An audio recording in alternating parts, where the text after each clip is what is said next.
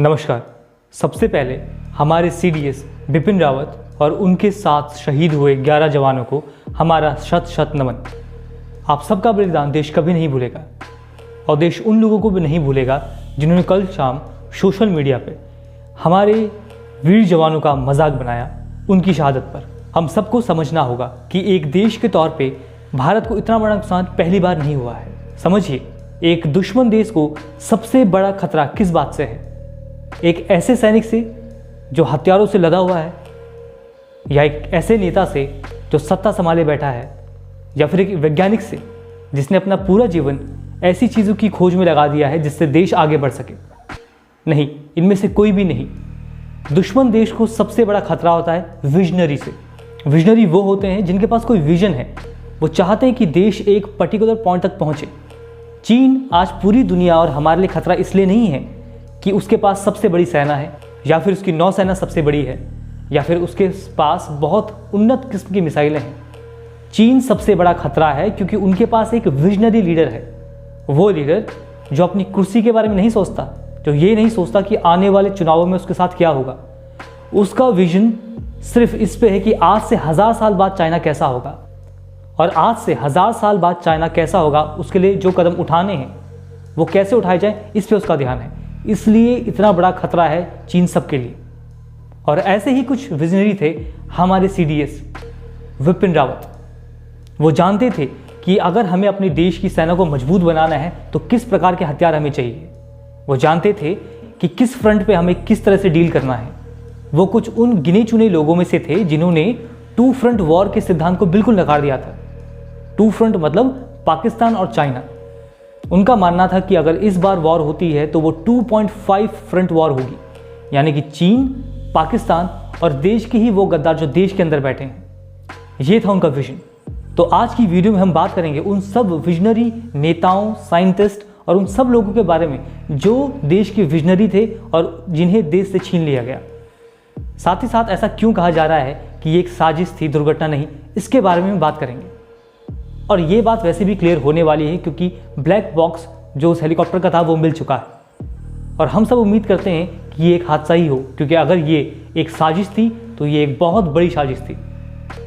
और अगर ये हादसा है तो फिर भी इसमें बहुत कुछ है देश की सरकार को सीखने के लिए, उसके बारे में हम बात करेंगे। तो चलिए शुरू करते हैं आज की चर्चा। तो सबसे पहले डिस्क्लेमर, आज की वीडियो ना तो आप बीजेपी, आम आदमी पार्टी या कांग्रेस के सपोर्टर बन के देखें।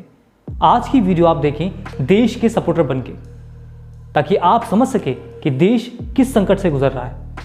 तो सबसे पहले हम बात करेंगे उस विजनरी नेता के बारे में जिसे हम जानते हैं सुभाष चंद्र बोस के नाम से। हमारे देश में कई क्रांतिकारी थे, फिर भी नेताजी को ही क्यों टारगेट बनाया गया? और ये भी एक कोइंसिडेंस ही है कि उनकी मौत भी एक विमान हादसे में ही हुई। नेताजी सुभाष चंद्र बोस एक आम नेता नहीं थे, वो एक विजनरी नेता थे। उन्हें पता था देश के आज़ाद होने के बाद देश को कैसा होना चाहिए, कौन कौन से फैसले उन्हें लेने पड़ेंगे और किस तरह वो देश को मजबूत बना सकते हैं। इसलिए वो उन लोगों की टारगेट लिस्ट में थे जो देश की सत्ता और सत्ता से मिलने वाले सुख के ऊपर नजर गड़ाए बैठे थे। यकीन मानिए, अगर देश के पहले प्रधानमंत्री वो होते तो देश का विभाजन नहीं होता। 11 जनवरी 1966 देश ने एक और विजनरी खोया, हमारे पूर्व प्रधानमंत्री लाल बहादुर शास्त्री जी। ये भी एक विजनरी नेता थे। शास्त्री जी गए थे ताशकंद एक ऐसे समझौते के लिए जिससे देश खुश नहीं था, और समझौते के ठीक बाद इनकी मौत हो गई। ना ही उनका पोस्टमार्टम हुआ और ना ही उनकी मौत की जांच। क्यों? क्योंकि वो भी एक विजनरी थे। जय जवान जय किसान जो नारा आज हर पार्टी लगाती है, वो नारा इन्हीं की देन था। ये इतने विजनरी थे, इतने दूरदृष्टा थे कि ये भाग गए थे कि पाकिस्तान हमारे देश के लिए सही नहीं है। और इनके इसी विजन की वजह से जब पाकिस्तान ने हम पे हमला किया, इनकी लीडरशिप के अंदर हमारे सैनिक लाहौर तक अपना झंडा गाड़ के आए और चीन और पाकिस्तान को खुला संदेश गया कि कोई आलतू फालतू नेता भारत में नहीं है, वो जानता है जवाब कैसे देना है, उसके पास एक विजन है। इसलिए आज वो हमारे बीच नहीं है। 23 जून 1953 वो दिन जब हमने एक और महान विजनरी को खोया। इनका नाम था श्यामा प्रसाद मुखर्जी। ये भी एक विजनरी नेता थे जो आज हम कश्मीर में होता हुआ देख रहे हैं। ये पहले से जानते थे। इसलिए ये उन कुछ पहले नेताओं में से थे जिन्होंने आर्टिकल 370 का पूरी तरीके से बहिष्कार किया था कश्मीर में। एक देश में 2 विधान, 2 प्रधान और 2 निशान नहीं हो सकते, ये नारा इन्हीं का दिया हुआ था। और क्योंकि ये एक विजनरी थे इसलिए आज हमारे बीच नहीं है। इनकी भी संदिग्ध हालत में जम्मू में मौत हो गई। 31 अक्टूबर 1984 इंदिरा गांधी जी को मार दिया गया। वजह हम सब जानते हैं, लेकिन आपको एक बात बता दूं, जब किसी विजनरी नेता को मारा जाता है तो वजह नहीं ढूंढी जाती, वजह पैदा की जाती है। इंदिरा जी के बहुत से फैसलों के साथ लोग सहमत नहीं थे, लेकिन इस बात से कोई इनकार नहीं कर सकता कि पाकिस्तान के 2 टुकड़े करने वाली प्रधानमंत्री वही थी। इसलिए उन्हें आयरन लेडी के नाम से भी जाना जाता था, क्योंकि उनके पास एक विजन था और उस विजन तक पहुंचने के लिए वो कुछ भी कर सकती थी। और जैसा हमने बताया, दुश्मन देश के लिए विजनरी ही सबसे खतरनाक लोग होते हैं, और इसलिए आज वो हमारे बीच में नहीं है। उन्हीं के बेटे राजीव गांधी, वो भी एक विजनरी थे। देश में कंप्यूटर टेक्नोलॉजी आने का पूरा श्रेय उनको जाता है। उनके पास विजन था कि आज अगर हम कंप्यूटर्स को अपने देश में लाते हैं तो आने वाले समय में हमारे लिए बहुत अच्छा होगा। और आज आप देखिए, आईटी के क्षेत्र में भारत कहाँ है? दुनिया की टॉप कंपनीज के सीईओ हमारे ही देश के हैं। क्यों? क्योंकि हमारे पास एक विजनरी नेता था। और सिर्फ नेताओं के साथ ये नहीं हुआ, हमारे देश में जो भी विजनरी था उसने यही हाल भोगा। हमारे देश के कितने ही वैज्ञानिक जो देश को कहां से कहां पहुंचाने की ताकत रखते थे, वो भी विजनरी थे, और वो भी आज हमारे बीच नहीं है। 1966 में क्या हुआ? भारत के जाने माने साइंटिस्ट होमी जहांगीर भाभा, जिन्हें भारत का एटॉमिक मैन भी माना जाता है, ये वो थे जिन्होंने आज़ादी से पहले ही समझ लिया था कि भारत का एक परमाणु शक्ति बनना, एक न्यूक्लियर पावर बनना कितना ज़रूरी है। और इसलिए इन्होंने आज़ादी का वेट नहीं किया, 1944 में ही ये लग गए इस काम में कि कैसे भारत को एक न्यूक्लियर पावर बनाया जाए। हालत ये थी कि 1965 में इन्होंने खुला बोला था सरकार को कि अगर आप हमें सपोर्ट करें और वो सारी चीज़ें दे जो हमें चाहिए, तो विदिन 18 मंथ्स हम न्यूक्लियर बॉम्ब आपको बना के दे सकते हैं। और उस स्टेटमेंट के 1 साल के अंदर अंदर वो भी एक विमान दुर्घटना में मारे गए।